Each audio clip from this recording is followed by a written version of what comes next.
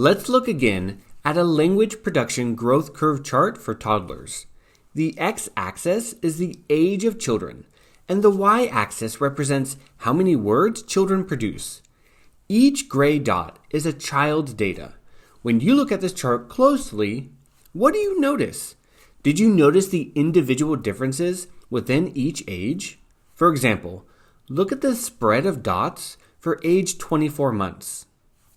Even within the same age, 24 months, there is large variability in language ability between children. At 24 months, some children spoke more than 500 or even 600 words, while many others spoke less than 200 words. Also, notice that these individual differences start early, before 16 months, and continue throughout the second year of life. Where do these individual differences in language ability come from, and do they have any long-term meaning? In one important study on individual differences, researchers went into families' homes once per month and recorded what children heard and said for 1 hour. They started doing this when the infants were only 9 months old, and they kept going to their homes every month until the children were 3 years old. During this time, the toddlers began to talk, and the scientists plotted every new word that they produced.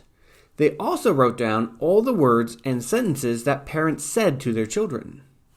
After analyzing these recordings, they found that most children started speaking around their first birthday, but some learned new words much more quickly than others. They also found that children were better at learning new words if their parents talked to them a lot at home.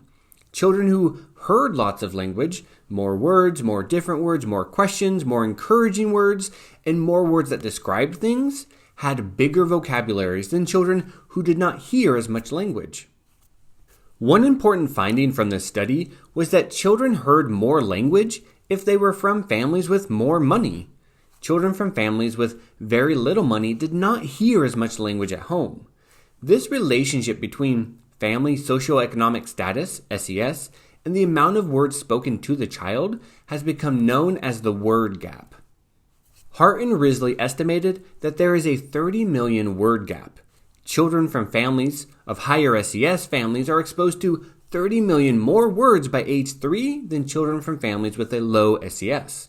While some researchers argue that the actual word gap may be less than the 30 million words originally proposed, the divide is nonetheless real, as numerous studies have documented a difference in language exposure based on family SES.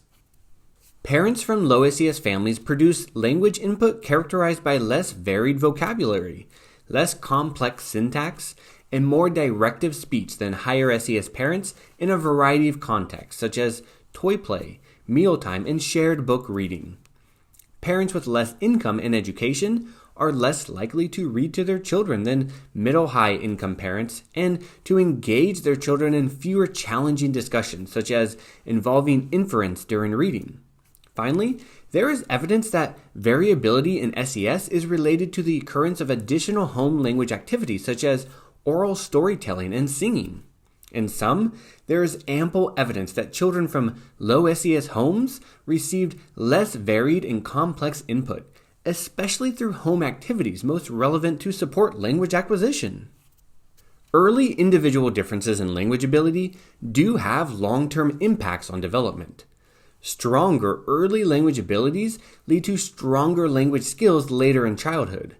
Already by 18 months, children from higher SES backgrounds have larger productive vocabularies and are more efficient at processing language.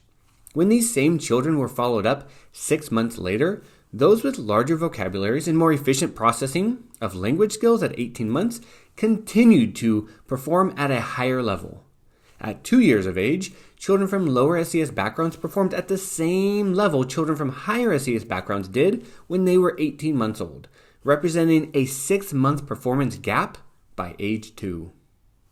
The idea of a word gap highlights the importance of early language exposure for positive long-term developmental trajectories. It makes sense that early language abilities lead to stronger later language performance, but early language abilities also are related to later cognitive and academic performance. Toddlers with larger vocabularies and more efficient language processing demonstrated stronger language and cognitive skills at 8 years of age. In summary, individual differences in language ability begin to form early in life and have the potential to lead to very different developmental outcomes later in childhood. Specifically, larger vocabularies and more efficient language processing skills in toddlerhood is related to higher performance on language, cognitive, and academic assessments later in childhood.